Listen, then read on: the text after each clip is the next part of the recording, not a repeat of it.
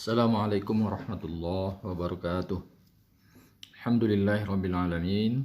Wassalatu wassalamu ala ashrafil anbiya wal mursalin wa ala alihi wa sahbihi wasallim ajma'in. Amma ba'd. Dalam kesempatan ini kajian kita lebih fokus kepada filsafat Islam.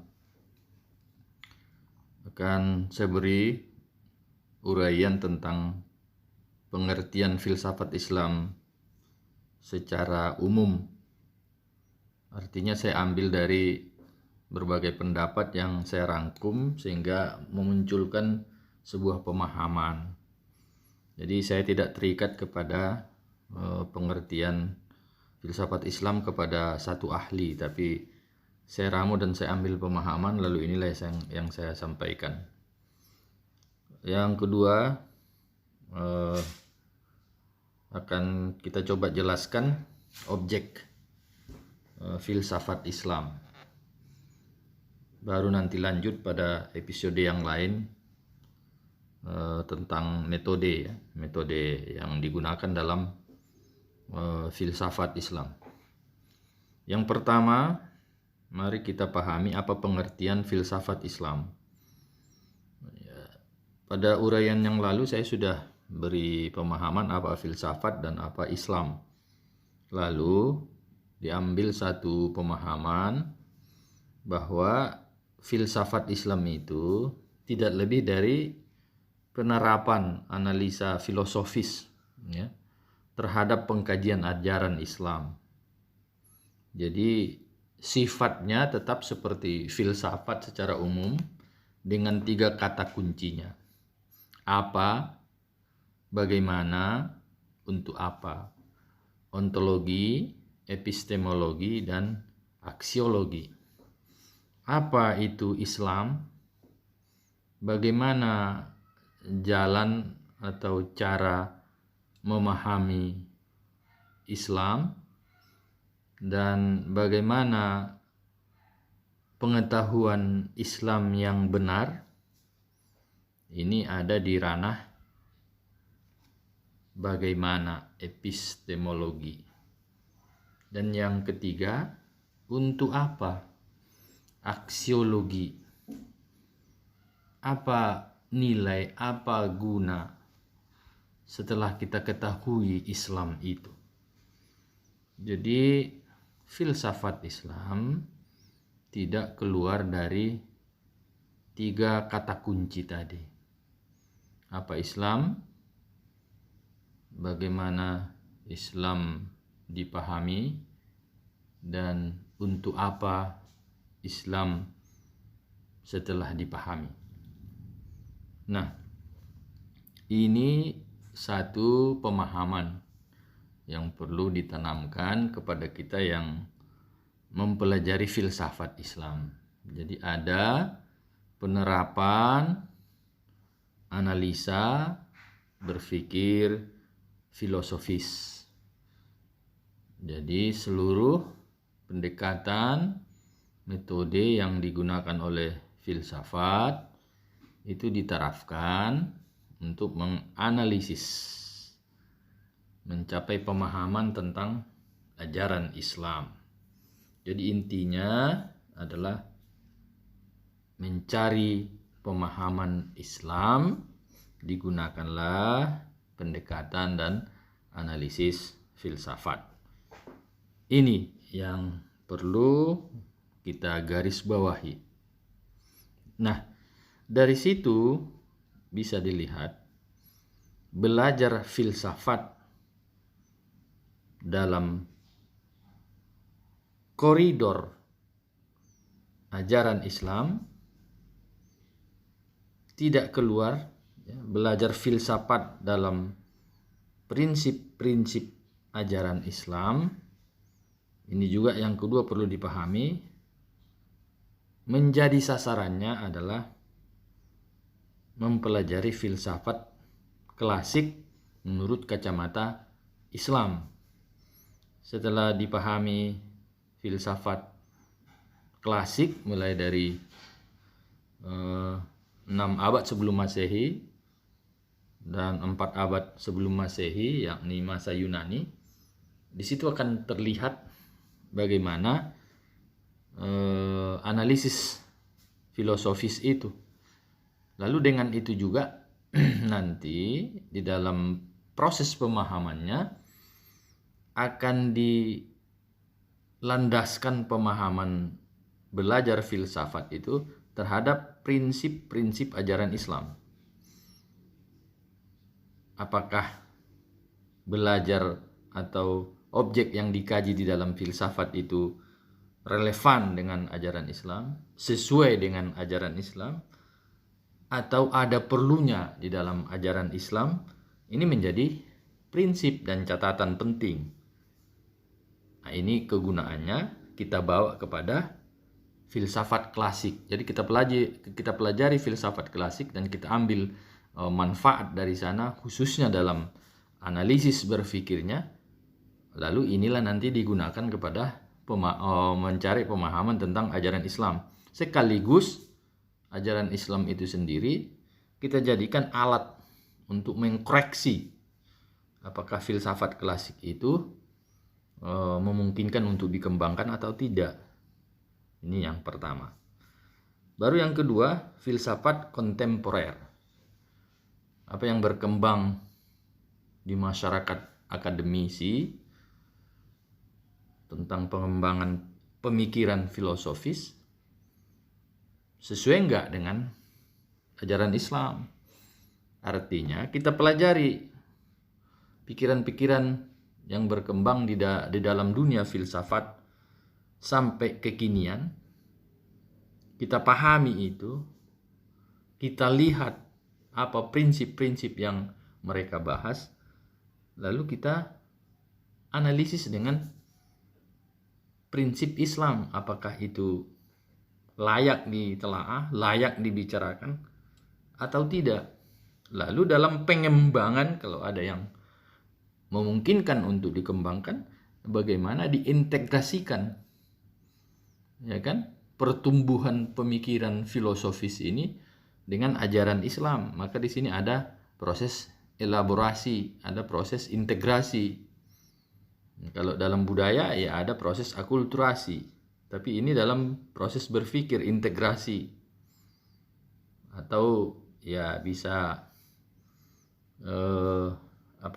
sintesis. Sintesis itu kan ada tesa, ada antitesa, ada sintesis. Ada umpamanya yang positif, ada yang negatif, lalu kalau perlu diambil sebuah perpaduan di dalam pemikiran itu, ya ini kan ada prinsip sintesis. Nah ini jadi di dalam pertumbuhan filsafat, baik ya filsafat klasik, filsafat kontemporer, dan filsafat ke depan, ada islamisasi, ada upaya islamisasi.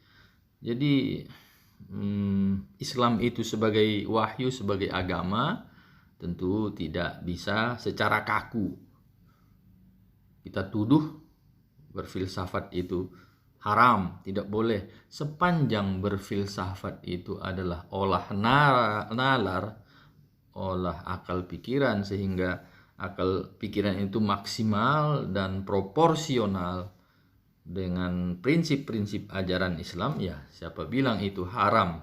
Tentu ini perlu kehati-hatian, perlu ada alat utamanya penguasaan ajaran Islam. Jadi berfilsafat kalau tidak kuat pemahaman tentang ajaran Islam, akidah, syariah, akhlak, ya memang bisa berdampak negatif bagi orang yang mempelajari filsafat. Bisa-bisa orangnya terpengaruh dengan filsafat yang bebas, ya seperti terakhir ya bisa-bisa para filosof itu meniadakan Tuhan. Ini bahaya bagi orang yang tidak kuat menguasai ajaran agama. Nah, tapi satu catatan penting bahwa berfilsafat di sini tidak lebih adalah sebagai alat untuk memahami ajaran Islam. Nah, kenapa mesti dihubungkan dengan filsafat? Filsafat itu sudah kita ketahui ada aspek dari filsafat itu mempertanyakan apa yang ada, apa wujud yang ada. Apa yang ada itu? Bila kita lihat di dalam ajaran Islam, di dalam teks wahyu dan hadis, maka yang ada itu ditemukan. Ada Tuhan sebagai pencipta, Khalik. Ada makhluk. Makhluk itu ada manusia sebagai makhluk yang paling superior dari jenis makhluk Allah. Ada alam. Alam itu ada alam nyata, syahadah. Syahadah itu ada langit, benda-benda langit, antariksa, sama, ada bumi, earth.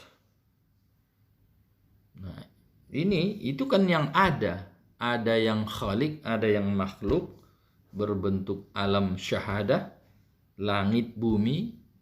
Ada alam gaib, hari kiamat.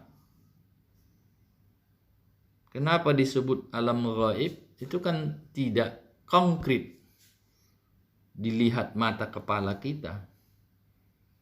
Tapi hari kiamat itu kalau kita gunakan analisis filosofis, logis, yang rasionalis, pala tidak diterima adanya hari kiamat. Dengan loncatan berpikir kita, seorang filosofis pasti menerima bahwa ada akhir dari kehidupan ini dan akan ada alam kehidupan di luar bumi ini, di luar kehidupan nyata ini. Plato sendiri dalam aliran filsafat idenya, dia mengakui bahwa ada kekuatan yang maha dahsyat dan tidak bisa dijangkau di luar yang terlihat ini. Nah, idealis. Jadi seperti itu. Maka kalau filsafatnya matang dan luas, ya belum tentu membuat orang jauh dari agama. Nah, hari kiamat, adanya alam kubur, adanya malaikat, adanya ya surga neraka.